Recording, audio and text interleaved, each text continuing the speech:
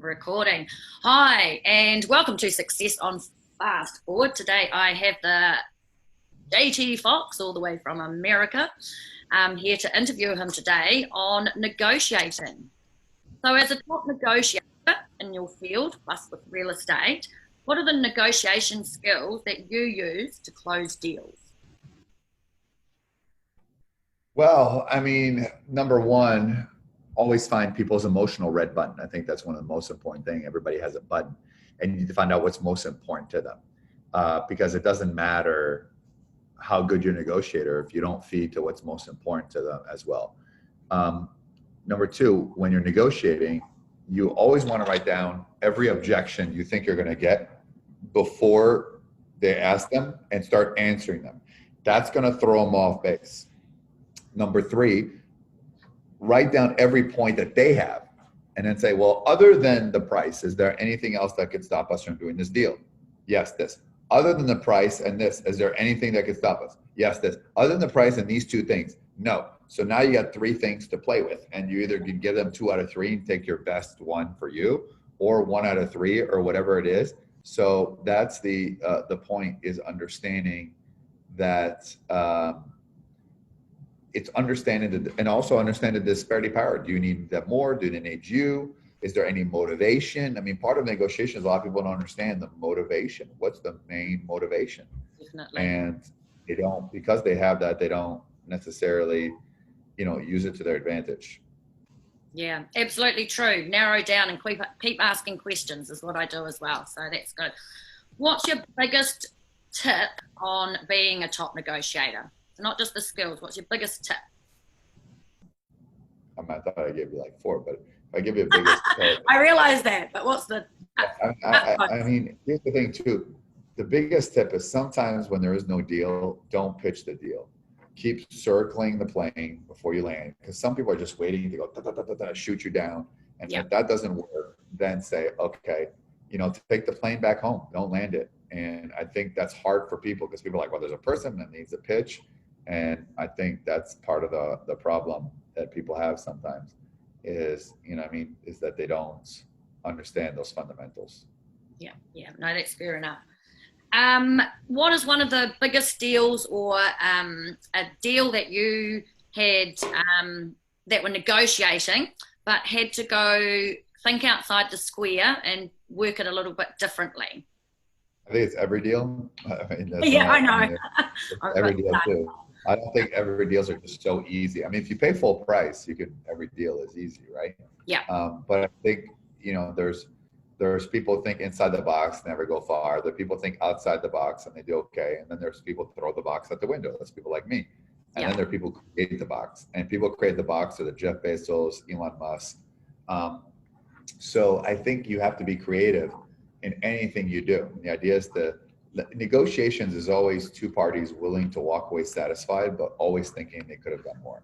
That's the key. Yeah, definitely. Now, I've forgotten what else I was going to ask you. It's a bit sad, isn't it?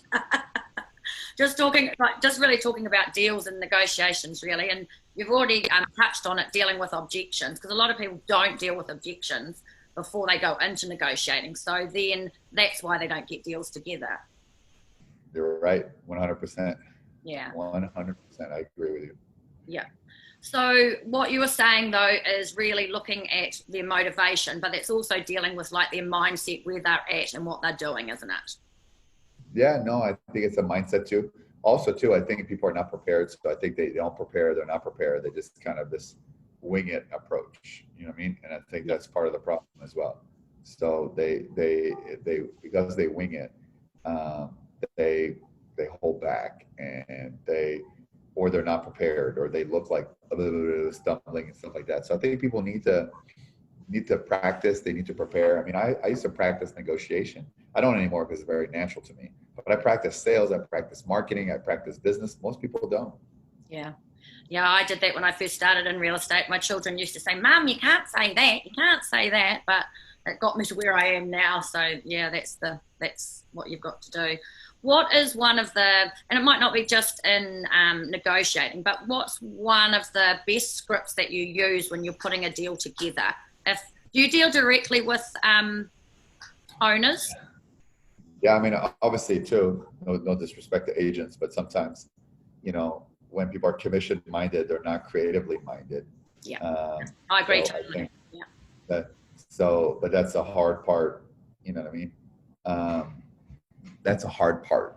Oh no, That most agents are like that. I don't even take that into account. So yeah. But and sometimes the agent provides sanity to the unrealistic buyer or seller. I mean, it's just they need another opinion as well. But I love when people say I can't be done. It just means that they can't do it. So I always push myself. And I love those ones as well because I'll always make them work. So yeah. So do you deal directly with the owners generally though when you're negotiating? Yeah, I mean, or my people will deal with their people, and then I'll probably be like, let me get on the phone with it and close the deal as well. But sometimes, especially if you want a creative deal, you got to have the owner in front of you. Yeah, definitely. So what's your best script that you use? A script that you use that helps you to close those deals. I mean, I don't need a script. I'm me, so I don't. No, but your script is natural. But it's not a script. It's just really what it is. Like I said earlier, you want to find out what everybody else is thinking, and then you just want to feed that. And so the key is just kind of checking off every bullet point, and then because the problem is people often negotiate the unknown. You talk about things that maybe they're not interested in, and that was my mistake. Like just by asking, what would you like? What do you hope to achieve here? What are and then the lay of the land, and then you could start whacking away at some of the trees on there so that you can basically get to the path of what you want. But most people assume, and I think assumption is one of the worst things people do. Never assume. Yeah.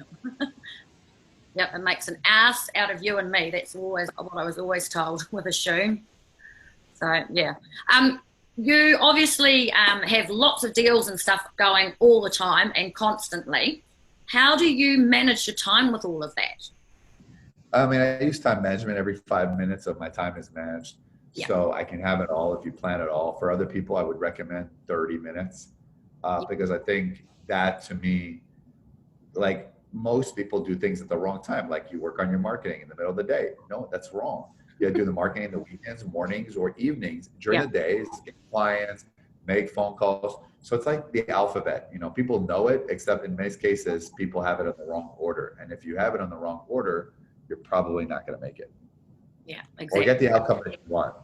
Yeah, exactly. Yeah. So yes, you have extreme good time management, and I think a lot of people can take away from that. And as you say, even 30 minutes for a lot of people, still that's not, not good either. So, what is the market doing over there where you guys are at the moment?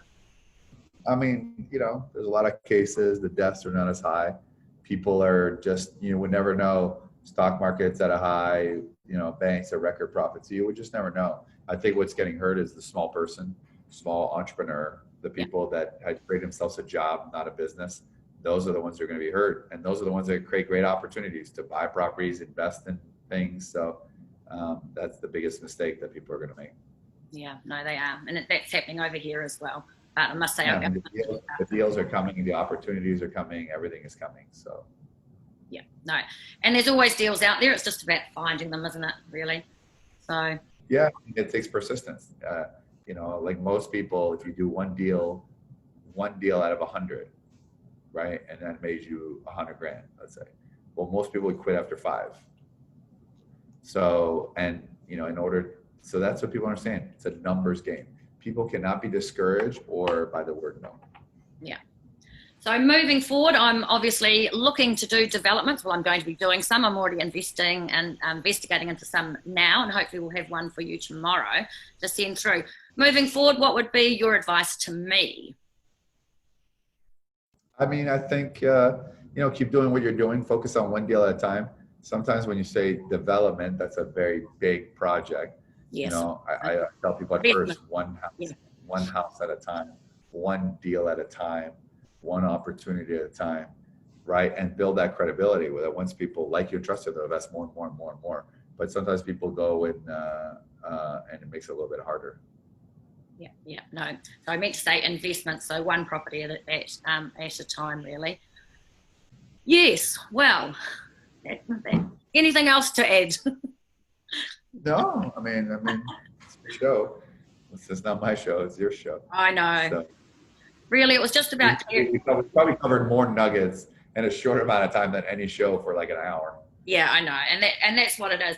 I think it's really good to be able to talk to you though, and realize that actually I work exactly the same as you, and ask the right questions and look for the motivation. So then I know I'm on the right track. So that's You're my New Zealand clone. So you're my New Zealand. Yeah, people will be scared about that. So that's it, really. Thank you very much for coming in. You're amazing. Yeah, you're the true deal maker. Yep. Yeah, watch the space, JT. Watch the space. Here we grow. Sounds good. Thank you. Talk later. Bye. Thank you.